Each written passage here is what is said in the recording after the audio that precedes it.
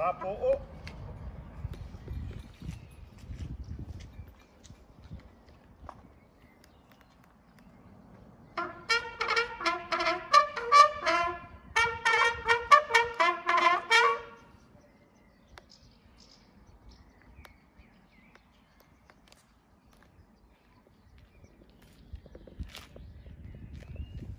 Message de la secrétaire d'État auprès de la ministre des Armées.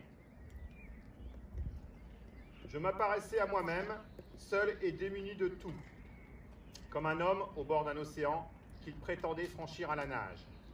Le 17 juin 1940, dans les airs, entre Bordeaux et Londres, Charles de Gaulle mesure l'ampleur de la tâche qui est devant lui. Alors que la défaite de la France est consommée, que l'armistice est demandé et que l'esprit d'abandon a triomphé. En quittant le sol national, il choisit l'exception. Il refuse l'abaissement. Sur les rives de la Tamise, rien ne l'attend.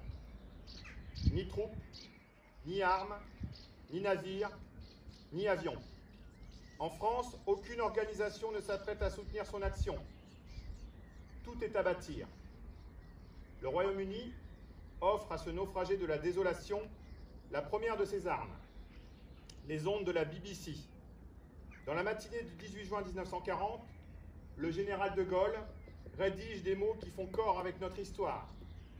Il est 18 h lorsqu'il les prononce. Dans la soirée, ces paroles irrévocables franchissent la Manche et sèment les graines de l'espérance. C'est l'appel du 18 juin. C'était il y a 80 ans, jour pour jour. Le général de Gaulle est la première voix à s'opposer publiquement à l'armistice et à expliquer pourquoi le combat doit se poursuivre. Il proclame que la défaite de la France n'est pas définitive, car cette guerre est une guerre mondiale. Il lance un cri de ralliement à destination des militaires, des spécialistes, des ingénieurs. Enfin, il conclut par un message d'espoir. Il allume ce flambeau de la résistance dont la flamme allait grandir sans jamais s'éteindre. L'appel du 18 juin n'est pas le texte d'un soir. Il est le début d'une épopée, celle de la France libre, puis de la France combattante. Peu l'ont entendu, seuls quelques groupes déterminés et quelques vaillants solitaires rejoignent Londres. Ils sont l'avant-garde de ceux qui refusèrent l'avertissement. La France libre n'allait pas cesser de croître. Les Français combattants se sont distingués et ont partout porté les armes de la France. Leur succès et leurs sacrifices se joignaient à ceux de la résistance intérieure, à ceux de l'armée des ombres. Tant de destins communs pour un même combat, le refus de la collaboration et la libération de la patrie. Tant de femmes et d'hommes qui, aux heures les plus sombres, ont choisi de ne jamais renoncer.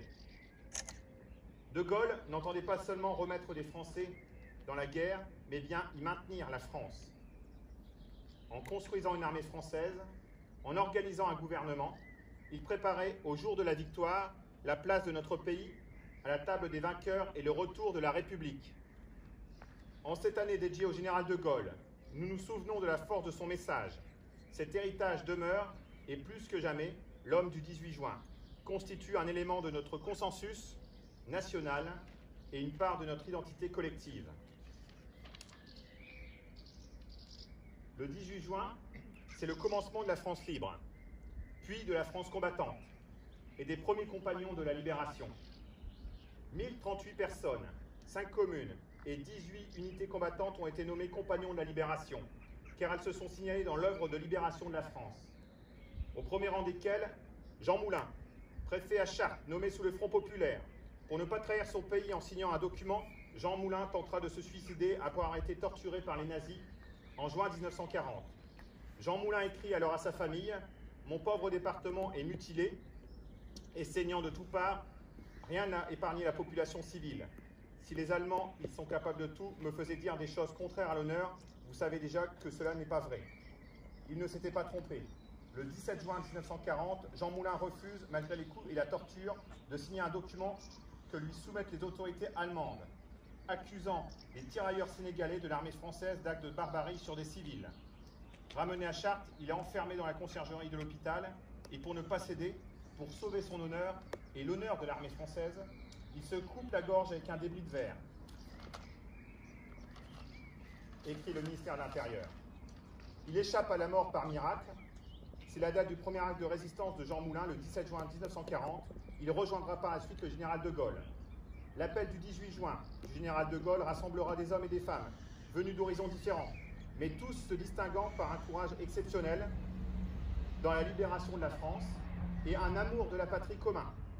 L'appel alimentera un sentiment d'espoir, d'espérance et de fierté qui nous anime toujours 80 ans après.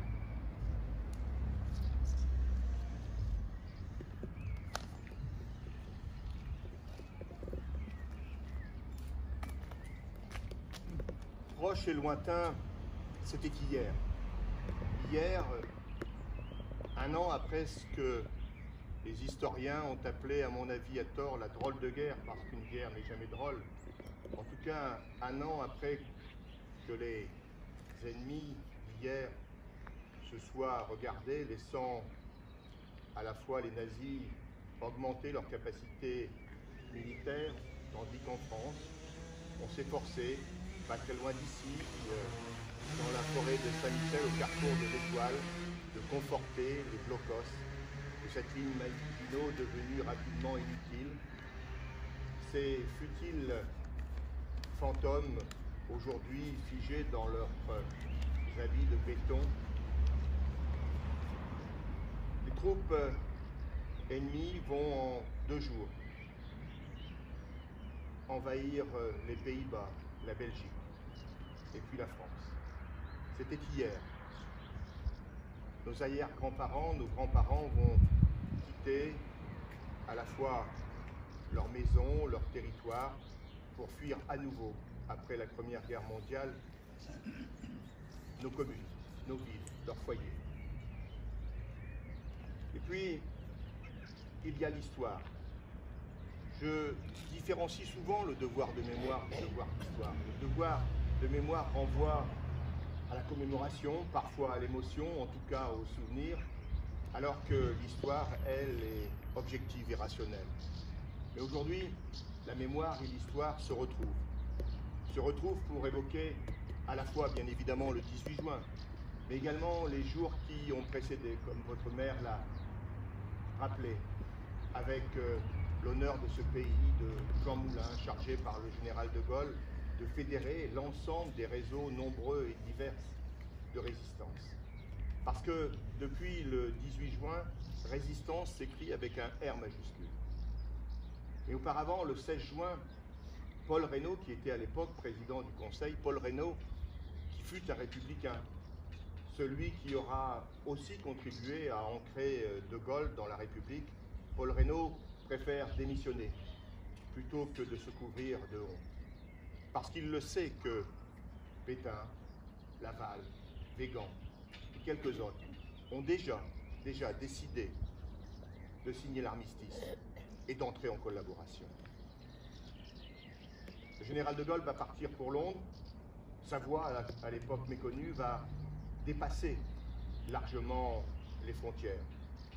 Ce ne fut pas simple, y compris avec les Alliés, y compris pour fédérer les réseaux de résistance. Mais il reviendra en France, il reviendra donner et entrer dans l'histoire, parce que tout simplement, avec des Français libres, il va, dans un pays qui ne l'était plus, rendre la liberté, grâce à lui, grâce à d'autres, et surtout donner à la République des raisons d'exister, des raisons de croire en la liberté, en l'égalité et en la fraternité.